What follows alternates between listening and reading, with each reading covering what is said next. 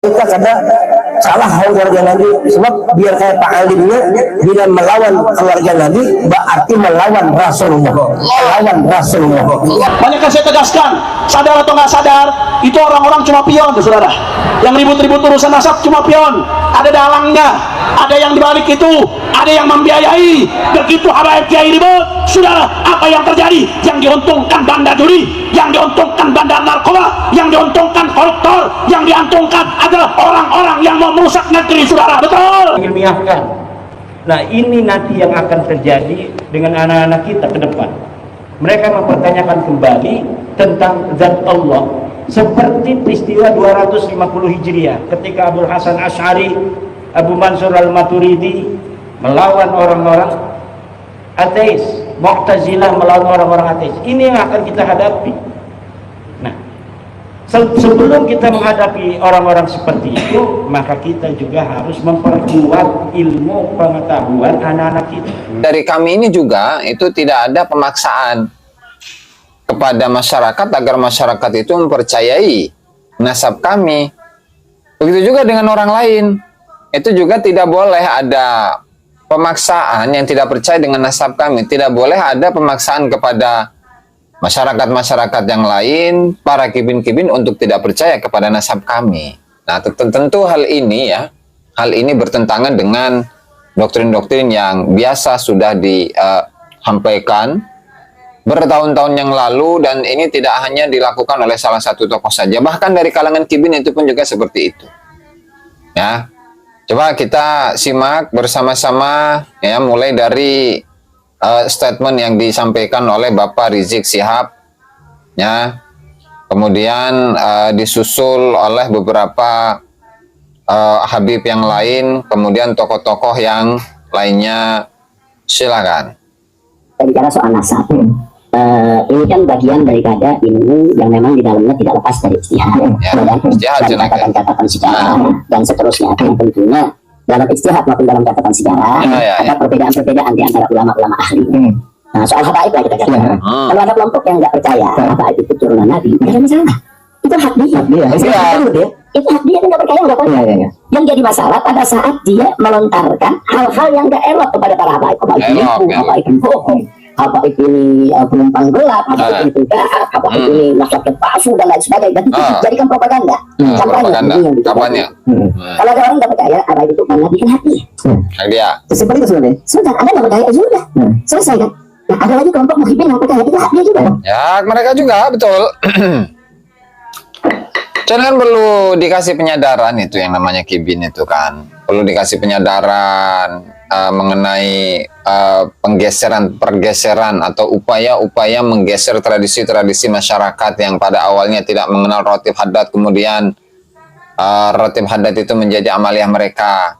Sehingga tradisi-tradisi yang sebelumnya yang didapatkan dari para leluhur-leluhur orang-orang Nusantara itu sudah tidak ada lagi. Begitu. Maulidnya itu pun juga berbeda, yang awalnya itu adalah Maulid Barzanji, kemudian digeser menjadi Maulid Simtud Duror, yang awalnya itu Maulid Ad-Daibai, kemudian jadi Maulid Simtud Duror, yang pada awalnya itu Maulid Al-Azab, itu berubah menjadi Maulid Simtud Duror, terus digemakan terus menerus, sehingga yang diperkenalkan itu adalah tokoh habaib, sehingga apa namanya, masyarakat itu ya secara langsung atau tidak langsung itu akan menerima bahwa tokoh yang yang berperan itu adalah para habaib, karena mereka adalah dzurriyyah Nabi Muhammad SAW, kan begitu.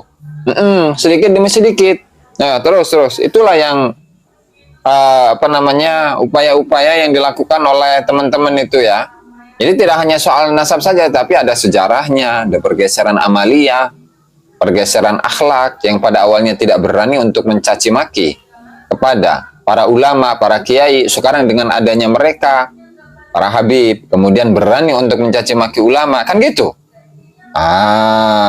Dan ini fakta loh, fakta ini, khususnya di Banten itu ya. Lanjut. Soal kelas, soal hati kan kembalikan kepada bersangkutan. Tidak bisa juga dong kita paksa orang yang nggak percaya, untuk harus percaya karena Nabi ada, nggak bisa. Dan itu nggak boleh. Nah, kita hanya menunjukkan bahwa ini karena Nabi, ini loh silsilahnya, ini loh catatan sejarahnya, ini loh bukti-buktinya. Mau percaya silakan, nggak percaya nggak apa-apa. Seringan itu, simpel ya. Dan dari dulu juga yang nggak percaya banyak kok, bukan sedikit. Ya. Banyak dari dulu yang nggak percaya, tapi nggak pernah ribut. Ya, bahkan Snokor Gronyi saja nggak percaya, LWC Van der Berg saja nggak percaya dengan nasabnya Habib itu. Apalagi Al-Irsya dalam kitabnya ya, baik itu yang versi bahasa Indonesia atau versi bahasa Arab yang ditulis oleh Salah Al-Bakri, Salah Bakri Al-Yafi'i itu ya, Tarikh Hadramut Al-Mu'asir. Nah, terus Banyak kok. Katakan umpamanya sebagian saudara-saudara kita di Muhammadiyah, saudara-saudara kita di Muhammadiyah. Dari dulu banyak yang mempertanyakan itu. Saudara-saudara kita dari golongan Al-Irsyad umpamanya, ya kan sebagian. Dari dulu juga banyak yang mempertanyakan itu. No problem. Dia mau percaya, dia nggak percaya, hak dia. Dan dari dulu kan yang benci habaib juga banyak. Dari dulu mereka nggak percaya habaib dengan Nabi juga ada, tapi nggak ribut. Kenapa nggak ribut? Karena mereka yang nggak percaya ini nggak melakukan propaganda. jangan disamakan dong, jangan disamakan. Ini mah dengan PD-nya menyatakan diri bahwa para habaib itu adalah ahlul bait. Pada ayat misalkan innama yuridullahu liyudhiba ankum rijsa ahlal baiti wa yutahhirakum tadhira. Nah, itu ahlul bait yang mana? Begitu. Coba lihat bagaimana penafsiran para ulama mengenai ayat itu. Ya, jangan kemudian memberikan ya doktrin kepada masyarakat agar masyarakat itu percaya dan menyebut bahwasanya ahlul bait itu adalah kami. Nah, jangan. Karena ahlul bait itu lihat dulu maknanya, tafsirnya itu bagaimana, ya. Wajib dicintai, karena itu kita. Man harabahum faqad harabani, man adahum faqad adani, man adani faqad adallah. Yang memusuhi mereka itu kata Nabi, memusuhi aku, memusuhi Allah. Qul la as'alukum alaihi ajran illa mawaddata fil qurba. Katakan kepada mereka nih, aku tidak minta untuk diberi gaji, imbalan dalam dakwah. Satu, hormati, cintai kerabatku. Kerabatku ya. Kalau qurba itu apa? Kedekatan, kekerabatan. Nah, cintailah. Qul la as'alukum alaihi ajran illa al-mawaddata fil qurba. Qurba dalam kekerabatan, mawaddah fil qurba, cinta dalam kekerabatan. Oh, ini menjadi mencintai kerabatnya Nabi ini kan apa-apaan ini. Mending kalau dia itu kerabat beneran. Mending kalau dia itu adalah duriyah beneran. Ini duriyah-duriyahan, cucu-cucuan ini namanya. Untuk membenci ahli bait Rasulullah, hati-hati. Ternyata terbukti ada habib palsu. Jadi gini loh ya, kalau habib palsu banyak yang ngaku-ngaku ternyata bohong itu ada. Itu dosa urusan dengan Allah Subhanahu Wa Taala.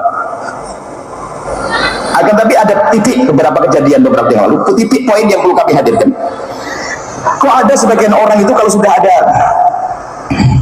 habib melakukan kesalahan itu langsung kok seneng banget. Kayak wah ini naudzubillah.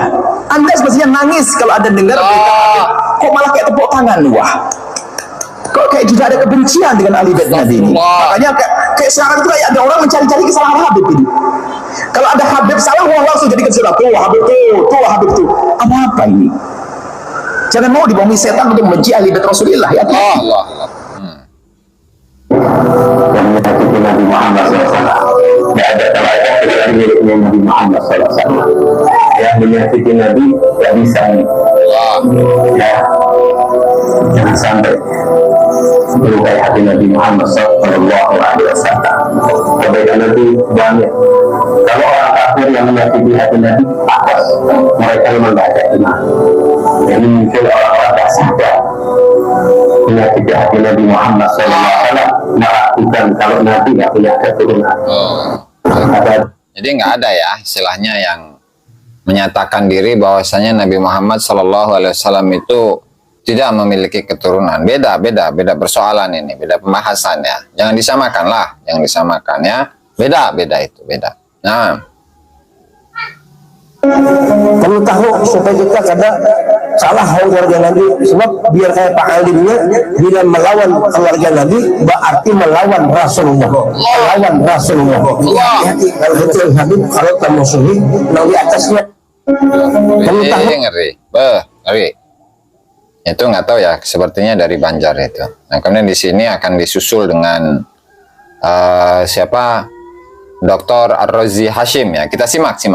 Lanjut. Apa saja yang meragukan nasab-nasab mereka para habaib, ini perlu diragukan.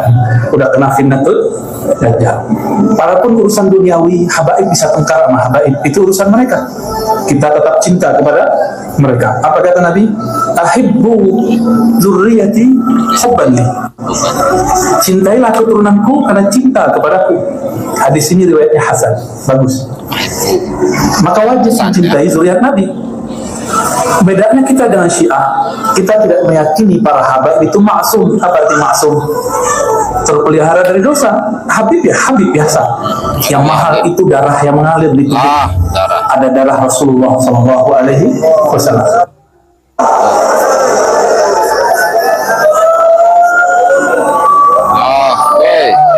Kita bertemu Rasulullah itu.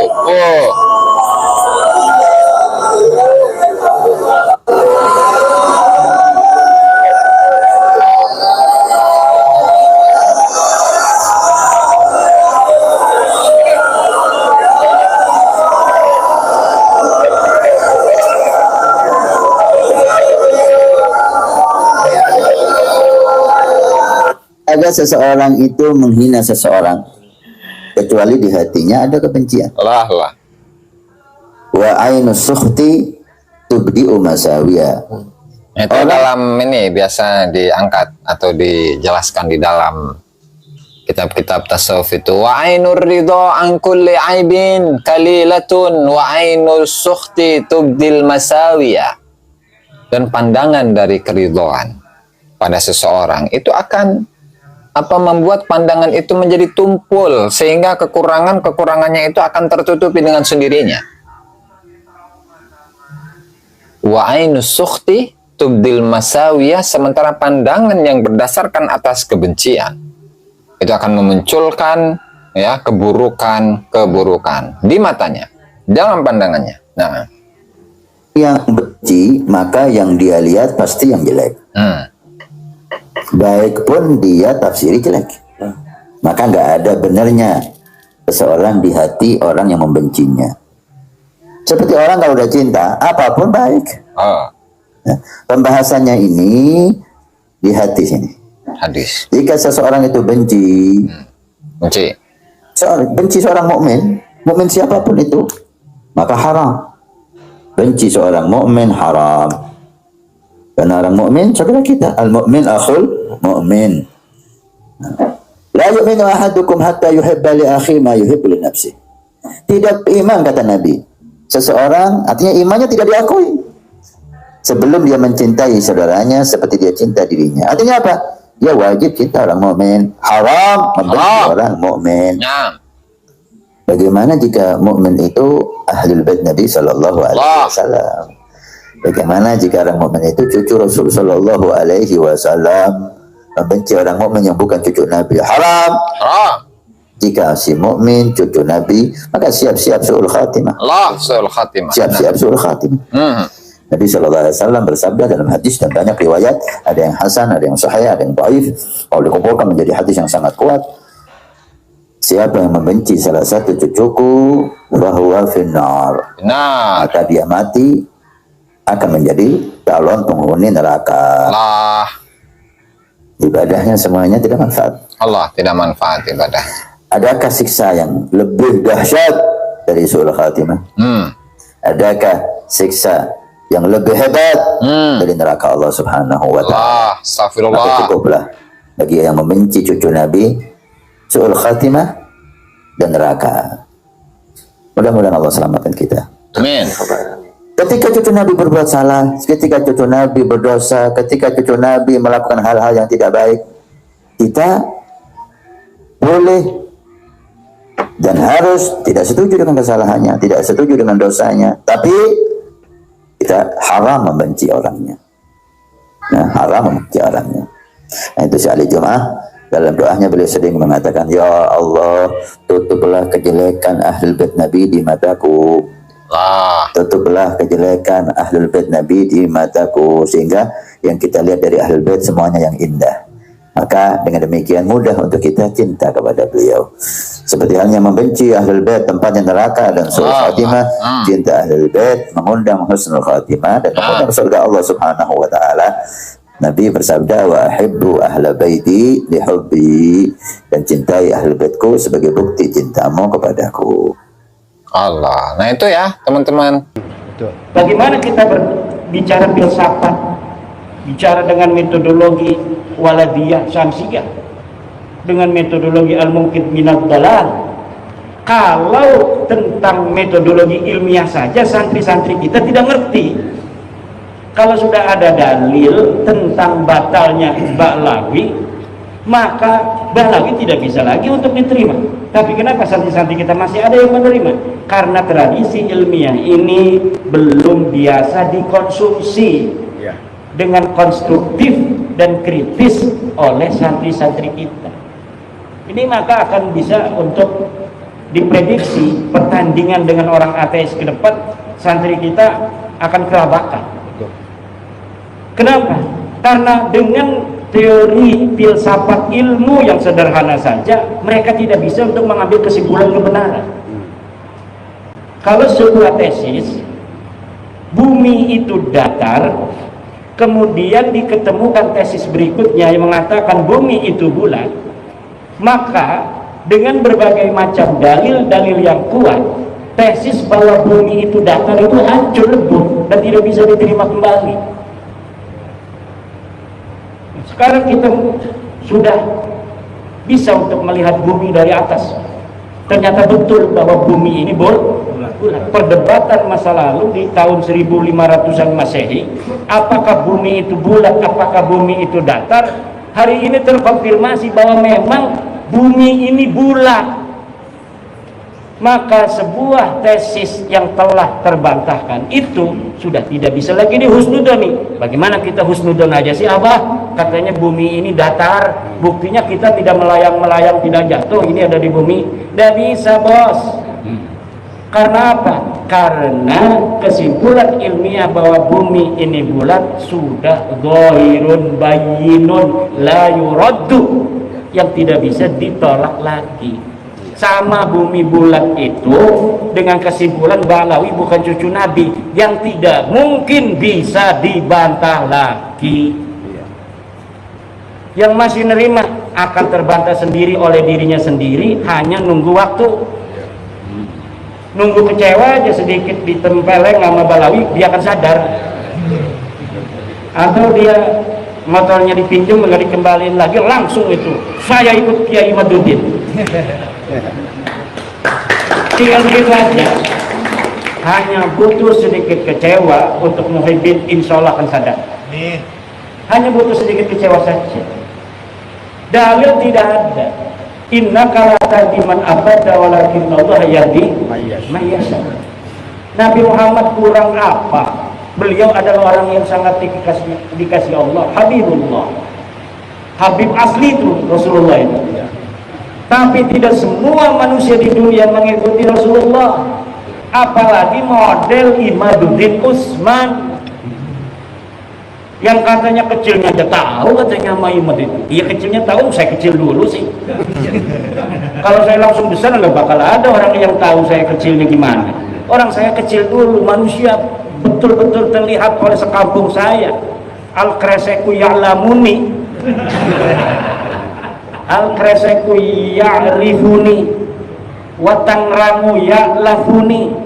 Nggak bisa saya itu menutupi diri saya dari orang Kresek, dari orang Tangerang, karena seluruh orang Kresek Tangerang tahu saya. Nah, ini masalahnya. Ini kita harus banyak tantangan ini Abah Syed ini. Tapi bisa nggak Kiai dikaitkan dengan ayat tadi, wa mayyat tabi'u apa namanya aksaruhum illa dhanna inna dhanna la yugni minal haqqi syai'a. Dan itu kan Allah berkata tidak boleh kita itu kebanyakan manusia itu hanya hidup dari don. Sementara don itu kata Allah tidak berbicara la yugni minal haqqi syai'a. Berkata selanjutnya wallahu alimun di situ. Berarti harusnya pakai ilmiah kan seharusnya. Ya itu kan perintah Allah sudah jelas. Jelas kan? Allah sudah jelas memerintahkan bahwa seluruh manusia itu tidak boleh mengikuti sesuatu yang dia tidak tahu. Itu berarti dibutuhkan ilmu. Iya. Innallaha alim. Di dalam Quran tadi yang disebutkan apa itu iyattabi'una illa dhanna wa in hum illa yahrusun. Mereka hanya ngira-ngira saja itu. Sedangkan kebenaran itu bukanlah ngira-ngira, dia butuh bukti dan butuh dalil. Dalilnya ada atau tidak ada. Kalau dalilnya sama sekali tidak ada, misal memang di abad keempat ketika Ahmad bin Isa itu hidup, sama sekali nggak ada kitab yang ditulis, sama sekali nggak ada yang ngomong Ahmad bin Isa. Abad ke-5 nggak ada yang ngomong Ahmad bin Isa punya anak berapa, abad ke-6, abad ke-7, 8 tidak ada. Baru tuh itu masih 50-50 tuh kalau ada orang ngaku-ngaku di abad ke-9. Tapi ini mah di abad 3-nya ditulis Ahmad bin Isa itu. Anaknya ditulis di abad ke-4, anaknya ditulis, Ahmad bin Isa-nya ditulis, abad ke-5 Ahmad bin Isa ditulis, anaknya ditulis, abad ke-6, ke-7, ke-8 semuanya ditulis. Tidak ada Ubed di sana. Di abad 9 baru ada Ubed, katanya anak Ahmad bin Isa, udah jelas itu bohongnya. Tapi kunaon masih aya percaya. Husnudon teh. Iya, husnudon. Iya, la ibrata bil dzannil bayyin khatahuhu. Tidak boleh dzan itu digunakan lagi apabila jelasnya salahnya sudah jelas. Ini salahnya sudah jelas. Kita misalnya nyangka Abah Setu itu tadinya asli Bekasi, namanya Zon ya boleh aja tinggalnya di Bekasi. Abah Setu Bekasi asli abdi mah, karena abdi teu nyaho pas ngobrol jeung Abah Setu tah di kelompok abdi aslinya cenah ti Sukabumi. Aku tuh menang deui abdi ngomong ka jelema bahwa Abah Setu ieu aslinya Sukabumi, aslinya Bekasi. Teu menang deui kumatak naon teu menang. Kumatak abdi geus nyaho elmuna langsung ti Abah Setu. Teu bisa husnudon deui. Teu bisa husnudon deui. Lamun tadina abdi can nanyakeun langsung ka Abah Setu, kumatak Abah Setu ayana di Bekasi, adildon bahwa Abah Setu ieu asli Bekasi. Teu naon-naon ngaranna gadon. Tapi ketika Abah Setu sudah ngomong saya aslinya dari Bekasi, dari Sukabumi, mantan dewan, masya Allah. Berarti sekarang sudah tidak boleh lagi kita ngomong Abah Setu orang Bekasi asli, lahir di sini. Kalau sekarang ya orang Bekasi, kalau sekarang udah asli Bekasi. Kenapa asli Bekasi di sini? Ya tinggalnya di sini, istrinya orang sini. Bukan, berarti udah al-muhajir dong. Al-muhajir, Abah Setu al-muhajir ila Bekasi. Dan ini kalau ada yang rekam, ini hari ini jadi bukti nanti suatu masa, suatu saat bahwa Abah Setu Setiawan As-Sukabumi summa al-Bekasi li'annahu hajara min Sukabumi ila Bekasi. Di sana tahun sekian ditulis. Nah, ini nanti sekarang sudah terpilih ini Abah Setu sebagai ketua baru dari PWILS Jawa Barat.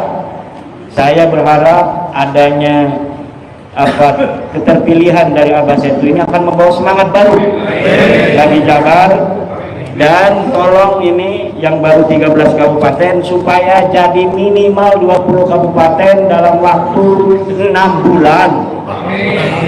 Jadi tugas dari saya sebagai ketua karateker tim pemilihan ketua PWLS Jabar yang hari ini sudah konklusif bahwa Abah Setu sebagai ketua Jabar memohon kepada ketua terpilih dan jajaran nanti agar dalam waktu 6 bulan dari 27 kabupaten kota ini 20 kabupaten sudah terbentuk PWLS demi tanah Pasundan.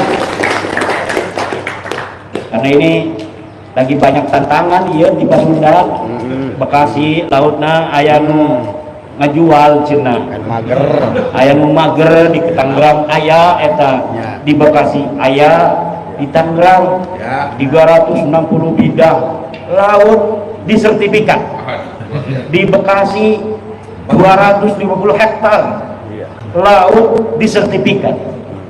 Ini udah luar biasa ini. apa tujuan mereka itu ya? Ingin nguak laut dikuasai. Apa lebih murah dia itu ya? Kalau beli di Bekasi kan mahal itu di Bekasi tanah. Tapi di Tangerang kan masih murah itu tanah. Tapi mereka mau juga di laut. Pada hari Tupik 2 dia sudah beli tanah itu dimulai Kosabi sampai ke Muncung itu ribuan hektar tanah darat. Tanah darat ribuan hektar, ada PSN nih 1.700 hektar mau diambil juga, kan lumayan dia tidak menyiapkan apa namanya sarana sosial, sarana umum. Nanti sarana umumnya dari tanah PSN ini. Jadi dia ini aji mumpung, dia beli tanah ribuan hektar, tapi nanti dia tidak menyiapkan wisata untuk umat, untuk masyarakat dari tanah dia yang dia beli. Tapi dia fasilitas sosialnya, pasun dan pasosnya itu nanti dari PSN itu, tanah rakyat, tanah asli dari masyarakat Tangerang itu. Nah ini pinter, makanya jadi pengusaha itu kudu pinter. Cuma sayang, ini dia sudah beli ribuan hektar di sawah itu di darat, PSN tengah itu dikuasai, laut juga mau dikuasai. Dan ini yang apa hari ini kemudian memicu gejolak di Tangerang. Nah, kalau menteri-menteri yang sekarang sih mungkin dia tidak ikut, tapi menteri dulu ngegebek-gebek gitu. Luar biasa. Bupati yang zaman dulu ikut-ikutan ngegeter-geter ini, Bupati Bekasi, Bupati Tangerang, Sekda segala macam ini. Nah ini tantangannya banyak Jawa Barat. Ya, menteri-menteri ya secara bil jumlah sih banyak yang bagus, tapi banyak juga yang masalah. Dari anak buah Pak Prabowo ini, Pak Prabowo-nya kan luar biasa, semangatnya anti penjajahan, kita harus menunjukkan jati diri bangsa. Tapi beberapa menterinya ada yang bermasalah. Menteri apa petugas apa utusan khusus kemarin datangin Rizik Syihab, ngapain gitu, pemuda minta nasihat tentang kepemudaan kepada Rizik Syihab. Yang mau dinasihatin dari Rizik apa supaya pemuda kita teriak-teriak? Ini Raffi Ahmad ini perlu di apa namanya itu tinjau ulang. Kalau bisa ya diberhentiin aja, diberhentiin Raffi Ahmad dari utusan khusus presiden. Kenapa? Karena kurang cerdas. Jadi kan ilmu pengetahuan itu penting juga untuk pejabat-pejabat agar presiden kita ini mampu untuk menyelesaikan tugas-tugasnya. Nah kalau presiden apa utusan khususnya menteri pembantu-pembantunya kurang cerdas, langkah-langkahnya ini kurang apa cerdas, ya nanti akan menghambat presiden. Ada yang menghina tukang es, ada yang menghina tukang ST, masalah buat presiden. Ada lagi yang gas LPG sekarang tiba-tiba nggak ada di masyarakat, di pasaran.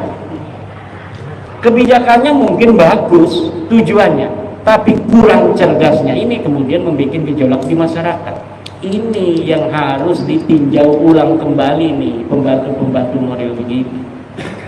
Menteri Agama juga nggak bisa nurunin haji. Ongkos naik haji sebelum Pak Yakut itu 35 juta tahun 2020. Masyarakat bayarnya hanya 35 juta, dolarnya itu 15.000.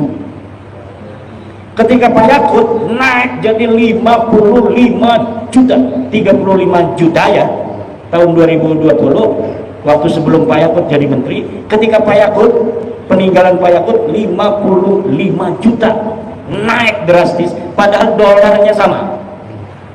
Dulu 15.000, sekarang dolarnya 16.000. Nah sekarang menteri kita agama yang baru juga tidak bisa untuk mengoreksi kebijakan-kebijakan menteri agama yang lalu. Harusnya kalau tahun 2020 bisa 35 juta itu masyarakat membayar haji, harusnya tahun sekarang bisa dikoreksi kebijakan menteri yang dulu karena alasan COVID. Kalau kemarin itu naik, sekarang sudah tidak ada COVID. Kalau misalnya saya jadi presiden, saya akan perintahkan menteri agama dulu Waktu sebelum Covid bayarnya masyarakat 35 juta itu pergi haji. Sekarang Anda jadi Menteri Agama harus jadikan ongkos naik haji 35 juta kembali, kalau tidak ente mundur. Karena Menteri Agama itu standar bahwa dia mampu untuk menjadi Menteri Agama atau tidak, itu yang paling terlihat adalah dari ongkos naik haji. Dan kemarin kita lihat ongkos naik hajinya masih 35 jutaan, hanya nurun sedikit aja seidrat. Dan ini membuktikan dia tidak lebih baik dari Menteri Agama sebelumnya. Nah, ini banyak sekali PR-PR kita yang yang harus kita bereskan.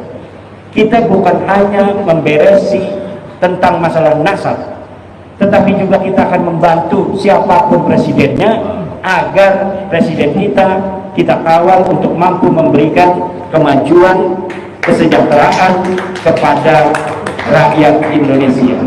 Selamat kepada ABSETU yang telah dipilih secara aklamasi berdasarkan musyawarah mufakat sebagai Ketua PWI LS Provinsi Jawa Barat. Semoga dapat mengemban amanah penderitaan rakyat Jawa Barat agar dimerdekakan dari penjajahan spiritual. Dan kepada seluruh pimpinan daerah kabupaten yang sudah terbentuk dari 13 kabupaten, 1 komando untuk Jawa Barat, Abah Setu Setiawan. Tahan dulu, melek ke bola, kopimu bola, kamu ada, jadi sumber kita itu tidak mau ikut. Menurut seluruh bodohan, bodoh itu dia berasa. Ini ada, ini masih apa? Jadi orang ngaku nyok itu pernah di Islami Rasulullah harus Gusti Allah. Berarti dia rasanya nanti mukjizat. Nek wong rasa dua mukjizat berarti rasanya oleh khususiyatun nubuwah. Nek wong rasa oleh khususiyatun nubuwah secara tidak langsung dia mengaku dirinya jadi nabi. Setelah Nabi Muhammad maka Allah katakan kata bohong orang benar sesat. Mudah-mudahan yang bikin mengatakan cara sampai sebab itu bahaya nanti kayak saya. Yang watak yang tinggi kayu berusaha yang kita berpungit-pungit untuk kayu namun apa? Kenapa jelas? Tapi cuma ngani loh. Paham? Paham nggak? Ini masalah. Jangan awali di pesan-pesan. Gimana? Di pesan-pesan ini angin ngomong itu bisa nyasar ke masyarakat Purwokerto. Iya sih ujungnya di urusan berapa? Akidah itu bersama tenang. Mulai NU sebelum berkiai NU pengurus NU harus berada di garda terdepan untuk menyelamatkan warga. Orang derajatnya jangan dilanggar. Matematika dulu. Orang masyarakat bisa satu sampai dari pengurus NU menemui dosa sampai. Paham kan? Paham. Orang mobil kasar itu cewek. Kalau umat disasarkan itu malah kena ngomong. Al-Fatih bukan bukan loh, bukan fitnah, bukan ono. Orang percaya minggu depan dengan tujuan budayanya. Minggu itu bisa kali dibahas dua. Dibahas masalah dibahas. Oh, itu bukan bakal diorasi tentang masalah Al-Fatihul Muqaddam. Katanya Al-Fatihul Muqaddam mengatakan ini boleh jadi ila sidratil muntaha. Aku dimi'rajna Gusti Allah sidratil muntaha. Persis iki gawe padha karo gawe Kanjeng Nabi. Sampeyan percaya sama ora? Percaya ora? Al-Fatihul Muqaddam itu kemudian sampeyan itu ngomong Fatihul Muqaddam iku dimi'rajna Gusti Allah sidratil muntaha. Percaya ora? Berarti bohong ora? Nek bohong masih ditakasuri barang sampeyan, dasmu sampeyan. Saya sudah jadi ceplok aku orang-orang itu. Sampai ceplok hatinya kelar-lar. Orang ngerti